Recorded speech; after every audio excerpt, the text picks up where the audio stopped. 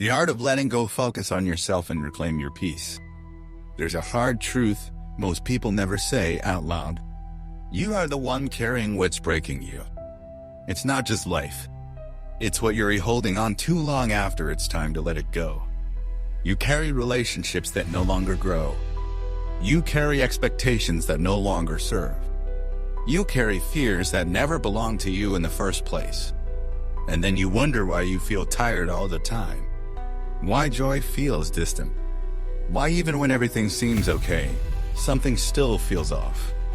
Let me tell you something the Stoics understood long before psychology gave it language.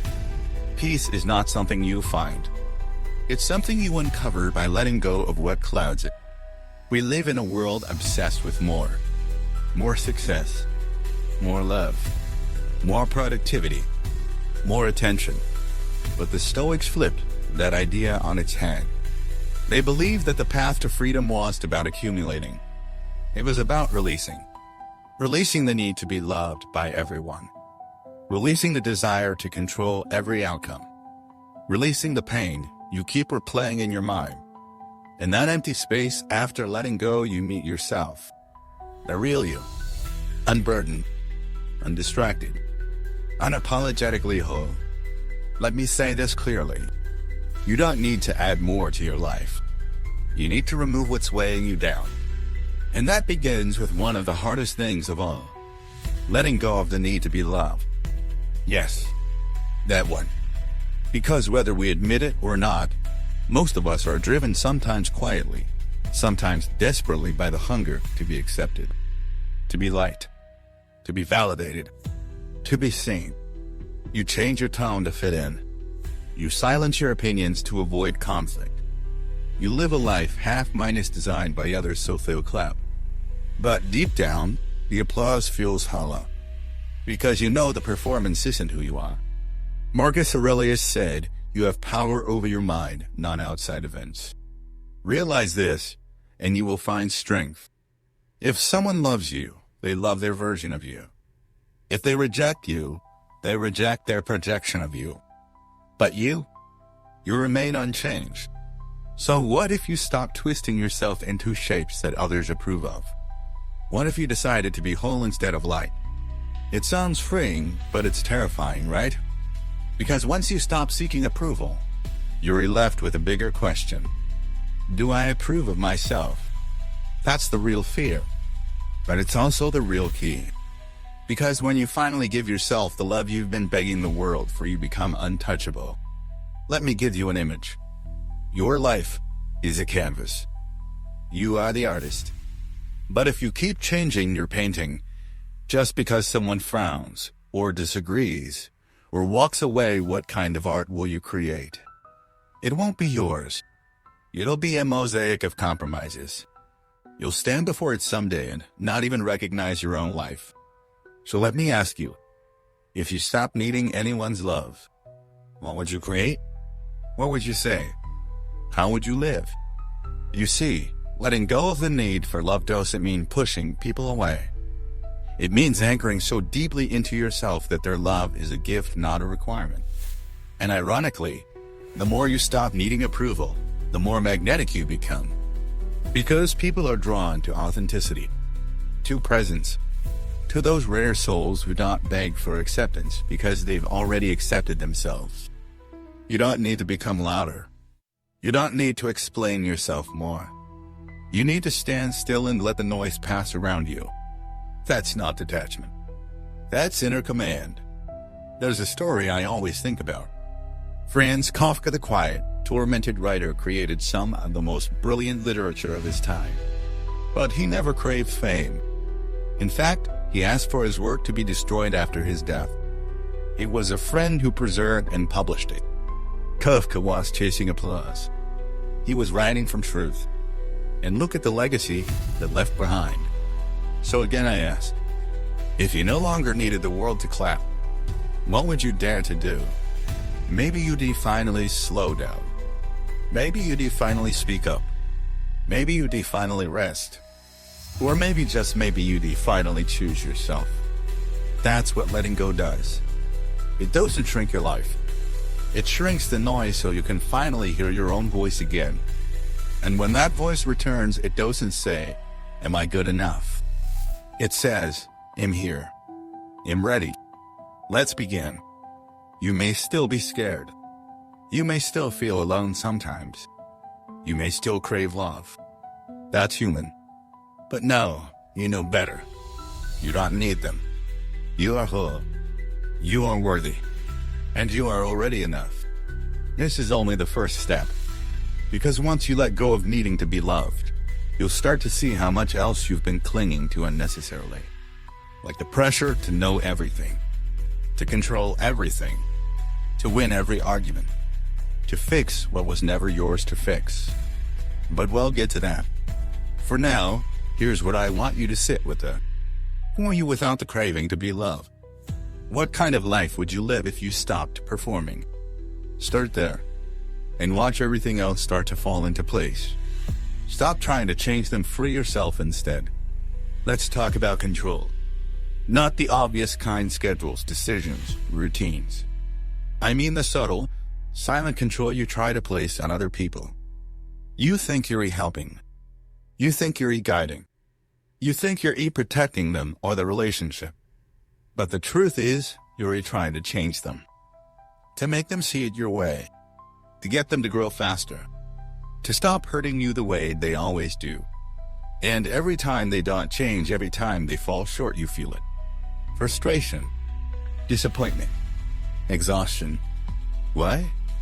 Because you're carrying a burden that was never yours, their evolution. Here's a Stoic truth if you are ready to accept. You are responsible for your choices, not their behavior. Epictetus said it simply. It is not events that disturb people, but their judgments about those events. You keep judging them for not becoming who you think they should be. But what if they're not supposed to? What if your suffering isn't because of who they are, but because of your refusal to accept it? Let me be blunt. People do not change because you want them to. People do not heal on your schedule. People do not grow according to your timeline. And trying to fix them will break you. Here's why this is so dangerous. Because every moment you spend trying to change someone else is a moment you abandon your own development. You stop focusing on your habits, your peace, your healing because you're obsessed with theirs. It's a form of avoidance.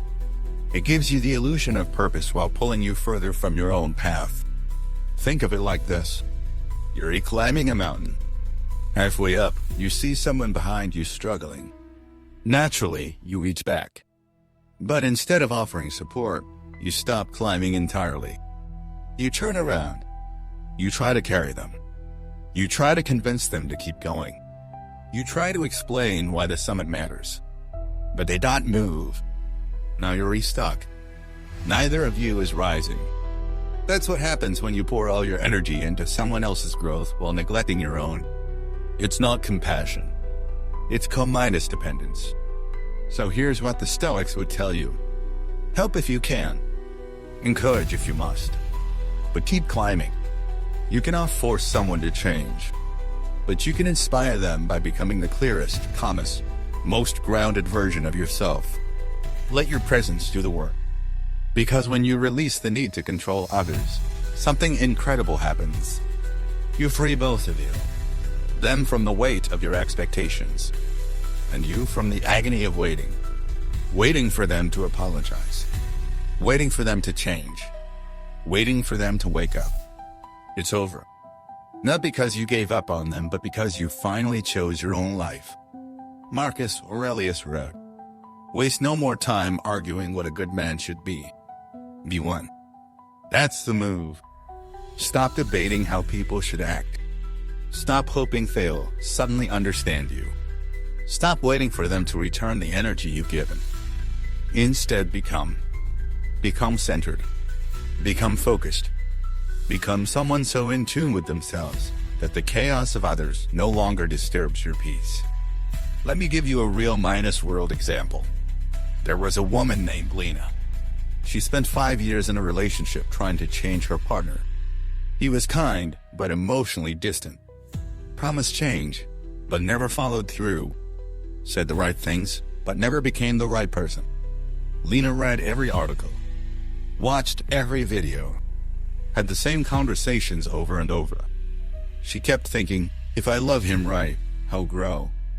One day, exhausted and hollow, she realized, I've been growing for both of us and losing myself in the process. So she stopped. She didn't fight, didn't explain, didn't try one more time. She let go with grace. And when she did, her healing sped up. Her energy returned. Her focus sharpened. She got her life back. Not because he changed, but because she did. And that's the lesson. Letting go isn't about giving up on people. It's about refusing to give up on yourself. It's not selfish. It's sacred. Because the more you pour into those who cannot receive, the less you have for those who truly can, including you. So what can you do today? Ask yourself, who am I still trying to change? What am I waiting for that may never come? What would it feel like to focus on my own path instead? Then take a step, not away in anger, but forward in clarity. Wish them well. Release the need to be understood. And walk quietly, steadily back to yourself. This isn't cold. It's warm truth. Because the greatest gift you can give someone else is your example. And the greatest gift you can give yourself is your freedom. So stop chasing their growth. Start claiming your own. And soon you'll realize you never needed them to change. You just needed the courage to stop waiting. Stop trying to change them, free yourself instead. Let's talk about control. Not the obvious kind: schedules, decisions, routines. I mean the subtle, silent control you try to place on other people. You think you're helping. You think you're guiding. You think you're protecting them or the relationship. But the truth is, you're trying to change them. To make them see it your way. To get them to grow faster. To stop hurting you the way they always do. And every time they don't change, every time they fall short, you feel it. Frustration. Disappointment. Exhaustion. Why? Because you're carrying a burden that was never yours, their evolution. Here's a Stoic truth few are ready to accept. You are responsible for your choices, not their behavior. Epictetus said it simply. It is not events that disturb people, but their judgments about those events. You keep judging them for not becoming who you think they should be. But what if they're not supposed to? What if your suffering isn't because of who they are, but because of your refusal to accept it? Let me be blunt. People do not change because you want them to. People do not heal on your schedule. People do not grow according to your timeline. And trying to fix them will break you. Here's why this is so dangerous. Because every moment you spend trying to change someone else is a moment you abandon your own development. You stop focusing on your habits, your peace. You're healing because you're obsessed with theirs. It's a form of avoidance. It gives you the illusion of purpose while pulling you further from your own path. Think of it like this. You're climbing a mountain. Halfway up, you see someone behind you struggling. Naturally, you reach back. But instead of offering support, you stop climbing entirely. You turn around. You try to carry them. You try to convince them to keep going. You try to explain why the summit matters. But they don't move. Now you're stuck. Neither of you is rising. That's what happens when you pour all your energy into someone else's growth while neglecting your own. It's not compassion. It's co-dependence. So here's what the Stoics would tell you. Help if you can. Encourage if you must. But keep climbing. You cannot force someone to change. But you can inspire them by becoming the clearest, calmest, most grounded version of yourself. Let your presence do the work. Because when you release the need to control others, something incredible happens. You free both of you. Them from the weight of your expectations. And you from the agony of waiting. Waiting for them to apologize. Waiting for them to change. Waiting for them to wake up. It's over. Not because you gave up on them, but because you finally chose your own life. Marcus Aurelius wrote, "Waste no more time arguing what a good man should be. Be one." That's the move. Stop debating how people should act. Stop hoping they'll suddenly understand you. Stop waiting for them to return the energy you've given. Instead, become centered. Become focused. Become someone so in tune with themselves that the chaos of others no longer disturbs your peace. Let me give you a real world example. There was a woman named Lena. She spent 5 years in a relationship trying to change her partner. He was kind, but emotionally distant. Promised change, but never followed through. Said the right things, but never became the right person. Lena read every article, watched every video, had the same conversations over and over. She kept thinking, if I love him right, he'll grow. One day, exhausted and hollow, she realized, I've been growing for both of us and losing myself in the process. So she stopped. She didn't fight, didn't explain, didn't try one more time. She let go with grace. And when she did, her healing sped up. Her energy returned. Her focus sharpened. She got her life back. Not because he changed, but because she did. And that's the lesson. Letting go isn't about giving up on people. It's about refusing to give up on yourself. It's not selfish. It's sacred. Because the more you pour into those who cannot receive, the less you have for those who truly can, including you. So what can you do today? Ask yourself, who am I still trying to change? What am I waiting for that may never come? What would it feel like to focus on my own path instead? Then take a step, not away in anger, but forward in clarity. Wish them well. Release the need to be understood. And walk quietly, steadily back to yourself. This isn't cold. It's warm truth. Because the greatest gift you can give someone else is your example. And the greatest gift you can give yourself is your freedom. So stop chasing their growth. Start claiming your own. And soon, you'll realize you never needed them to change. You just needed the courage to stop waiting. Master your reactions so the world can't control you. Let's be honest. Most of your suffering doesn't come from what happens. It comes from how you react to what happens. Someone disrespects you, you explode. Plans fall apart, you spiral. You get criticized, you shut down. And in that moment, you think it's the world's fault. But it's not. It's your reaction. That's the fire. And most people, they pour gasoline on it. But the Stoics, they learned to do something else. Pause. Because they knew something simple, something most people forget in the heat of the moment. You can't always control what happens, but you can always control how you meet it. Epictetus said, if someone succeeds in provoking you, realize that your mind is complicit in the provocation. In other words, no one makes you angry. No one ruins your day. No one steals your peace unless you let them. Let that sink in. Because the moment you take radical responsibility for your reactions, you take your power back. You stop being a puppet. You start being a presence. Let's break it down. You don't get to choose how people treat you, but you get to choose what meaning you attach to it. You don't get to control every outcome, but you get to control how long you stay stuck. You don't get to avoid discomfort, but you get to control whether you crumble or confront it. And when you master that choice, you become dangerous not in a threatening way, but in a disciplined way.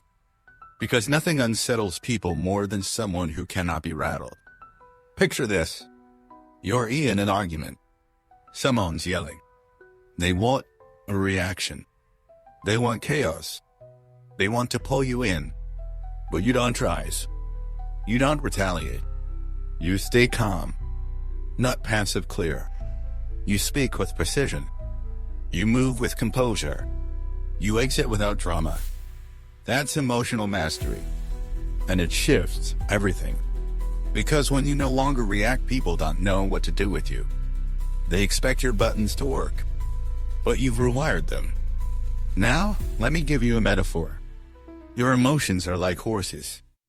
Strong, instinctive, powerful. But if you never train them, they'll drag you through the mud every time something spooks them. The Stoic trains their horses daily. They observe. They reflect. They anticipate. So when the storm comes, because it will, they don't panic. They hold the reins. So, how do you do that? How do you move from reactive to grounded? Here's the practice. 1. Name it before it owns you. The moment you feel triggered, pause.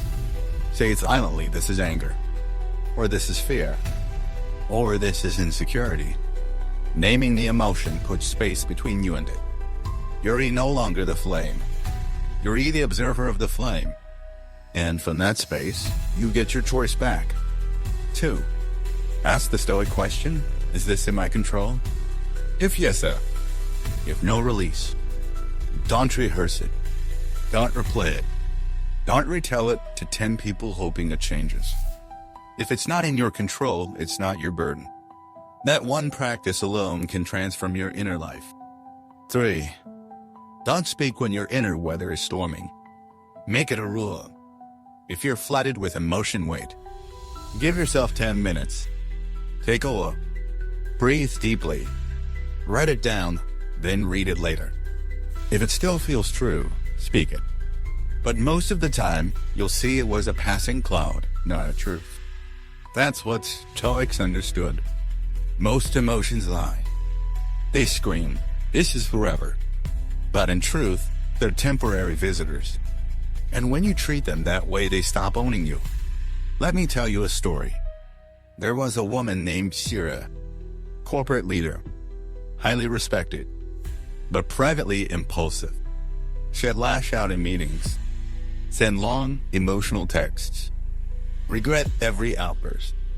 One day, her mentor pulled her aside and said, "You have a sharp mind, but a loud reaction. Until you master your reactivity, you'll never command the room, you'll always be ruled by it." That landed. From that day, Shira started pausing, started journaling, started mastering her tone. 6 months later, she was promoted not because she became someone else, but because she finally became centered. That's what you're rebuilding. Not fake calm, not forced indifference, but earned stillness.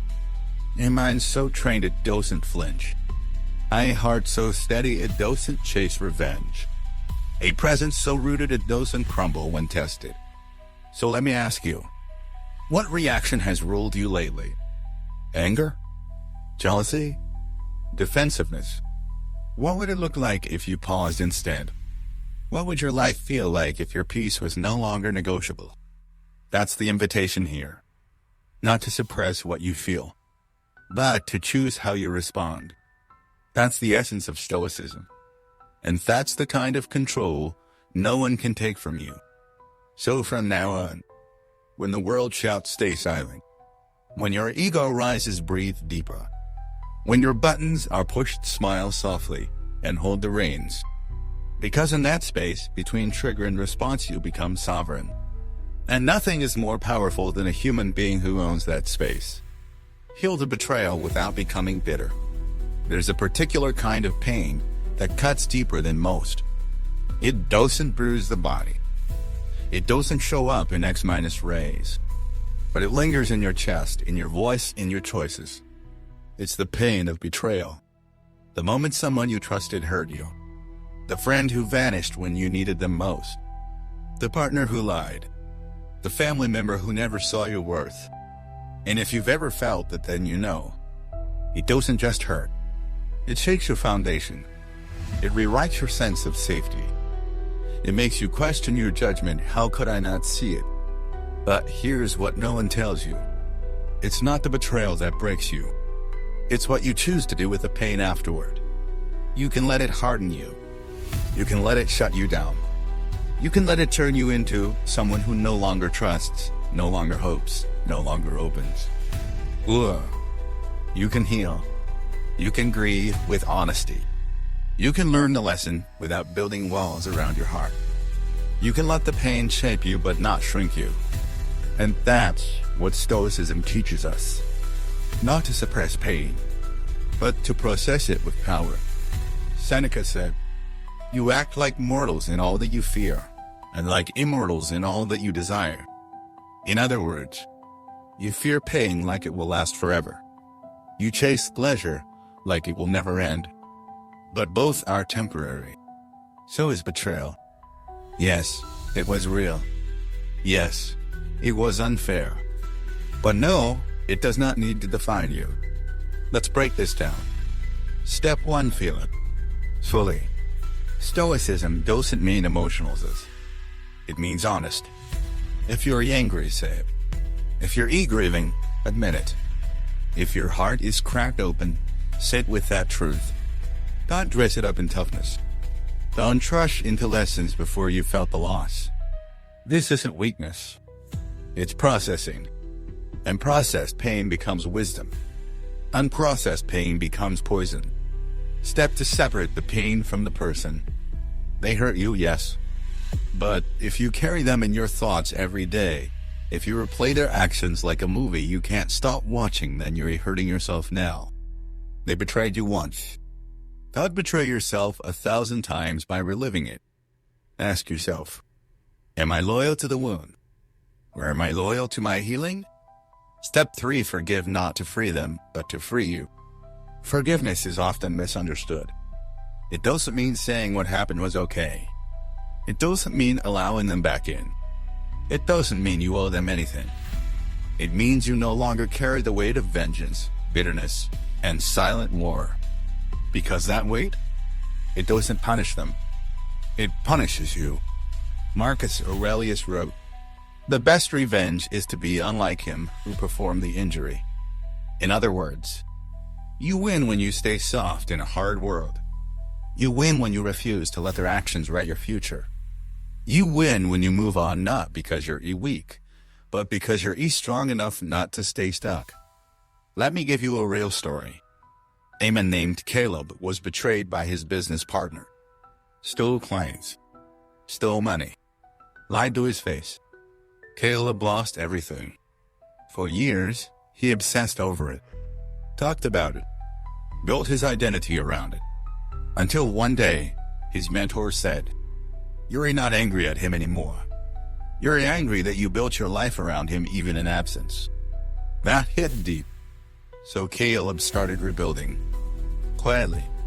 He forgave not because the betrayal was small, but because his life was too big to be defined by it. And 5 years later, he built something better. Not just a business, but a mind that no longer needed justice to be healed. A peace that no longer depended on payback. You can do the same. You don't have to pretend it didn't hurt. You don't have to rush. You don't have to explain your healing to anyone. But you do have to choose it. Because pain is inevitable. But bitterness, that's optional. So ask yourself today, who am I still holding in my heart with clenched fists? What memory am I still rehearsing like it just happened? What would it feel like to lay it down not because they deserve peace, but because you do? You don't need to forget. You don't need to reconnect. You just need to stop giving them the power to ruin your present. That's what letting go really is. Not an erasure. A release. You get to say, yes, that hurt. But it doesn't get to hurt me forever. And when you do, you rise. Not in spite of what happened, but because you chose not to stay beneath it. You are not what they did to you. You are what you do with it now. Learn to be alone, or you'll never be free. Let's get honest. Most people aren't afraid of being alone. They're afraid of what they might hear in the silence. Because when the room is quiet, when there's no one to text, no one to perform for, no distraction to numb the noise, something surfaces. Who am I without anyone else around?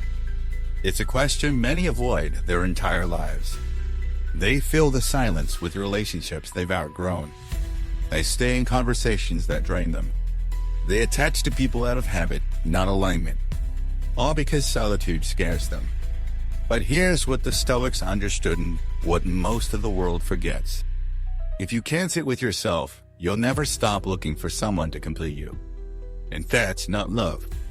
That's dependency. Seneca wrote, "The wise man is content with himself, yet he wishes for friends not to live without them, but to live rightly with them." That's the key. You don't isolate. You integrate. But only after you've met yourself. Let's talk about why this matters more now than ever. We're surrounded by people, by content, by connection, but somehow we're lonelier than ever. Why? Because we've confused constant interaction with genuine connection. We crave intimacy, but fear vulnerability. We want companionship, but fear silence. We seek validation, but resist reflection. And so we run. From quiet. From solitude. From the slow, sacred process of knowing ourselves. But here's the paradox. You will never attract the right people, the right energy, the right life until you learn how to thrive alone. Because until then, you're not choosing relationships, you're clinging to them. You're not sharing your peace, you're asking others to manufacture it for you. That's not love. That's emotional outsourcing. So how do you shift? How do you move from lonely to powerful? You begin by understanding this. Solitude isn't the absence of love, it's the beginning of it. You cannot love who you don't know. And you cannot know someone you never spend time with. That includes you. So, let's go deeper. Step 1: reframe solitude as training. You wouldn't expect to run a marathon without first walking. Don't expect to find peace in solitude if you've always avoided it. Start small. Take 15 minutes. No phone. No music. Just sit. Or breathe. At first, it will feel uncomfortable. Your brain will scream, "Do something." But that's when the shift begins. You're detoxing from noise. You're learning to become your own company. Step to ask yourself the questions no one else can answer. Who am I outside of what I do for others? What do I want without input, without filters, without fear? What do I love not because it's trendy, but because it lights something up inside me? Write the answers. Not because you need to have it all figured out, but because you need to start hearing your own voice again. Step 3: stop mistaking attention for affection. Some are replying to your texts, liking your photos, calling you late at night. That's not always love. Sometimes it's convenience. Sometimes it's loneliness. Sometimes it's controlled rest up as care. When you mastered solitude, you stopped falling for breadcrumbs. You stopped chasing almost as. You stopped tolerating half-minded presence. Because now you're full on your own. You're no longer seeking someone to fill the silence. You're seeking someone who respects it. That's a different standard. And it only comes when you've done the quiet work. Let me tell you a story. There was a woman named Mina. She spent most of her 20s jumping from relationship to relationship. Not because she loved deeply, but because she feared the echo of her own mind. Anytime she was alone, her anxiety spiked. Her sense of worth collapsed. Until one year, everything ended. Her partner left. Her best friend moved. Her phone stopped ringing. She was alone. And for the first time, she didn't run. She breathed, cooked, wrote, cried. And slowly something strange happened. She stopped feeling broken. She started feeling real. Mina didn't become cold. She became clear. 2 years later, she met someone new, not because she needed to, but because she was finally ready to share from fullness, not lack. That's what solitude gave her. Not isolation. Integration. You can have that too. But you have to stop fearing the silence. You have to stop believing the lie that you are unlovable alone. You are not empty. You are not missing pieces. You are whole. And solitude? It's the space where you remember that. So tonight, don't scroll. Don't text. Don't escape. Sit. Be still. And say to yourself, I am not lonely. I am with someone I'm learning to love. And over time, that love will become unshakable. And from that place, you'll choose better. You'll connect deeper. You'll walk with a quiet kind of power. The kind that says, I'm not waiting to be completed. I've completed myself. Let go of how it was supposed to be, live what is. There's a quiet war happening inside you.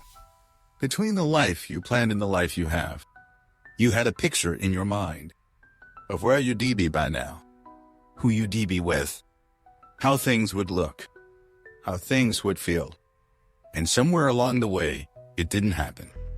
The job fell through. The relationship ended. The timing got off. Life got messy. And now, even if you smile on the outside, there's a whisper inside that says, this isn't how it was supposed to be. You're not alone in that. Almost everyone you admire, everyone who seems strong, grounded, unshaken, has had to let go of some version of their ideal future. Not because they gave up, but because they woke up. You see, suffering doesn't come from life itself. It comes from the space between expectation and reality. The Stoics knew this better than anyone. Epictetus said, when something happens, the only thing in your power is your attitude toward it. And Marcus Aurelius said it. You have to understand the nature of things, then accept them and move forward. That's the key. Not passive acceptance, but active participation in what is. You can't go back and rewrite what should have happened, but you can rewrite the story you tell yourself about it. You can drop the war with reality and start building from truth. Let's talk about how.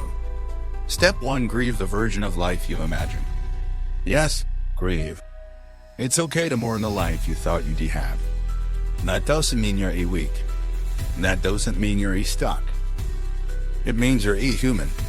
Write a letter to it if you have to. Dear version of my life that never happened, thank you for inspiring me, but I can't carry you anymore. I'm choosing to live now. This alone can release years of quiet grief you didn't know you were still holding. Step 2. Identify the expectations that are hurting you. Not the ones you voice, but the silent ones.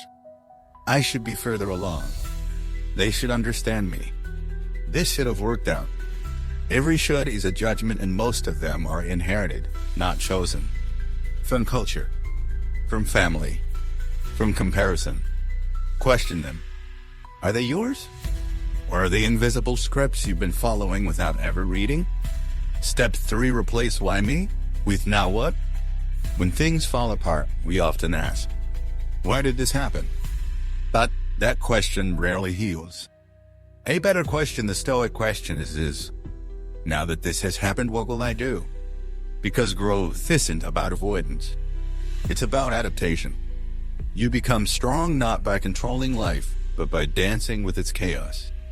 Step 4. Fall in love with what's real. Stop waiting for perfect conditions.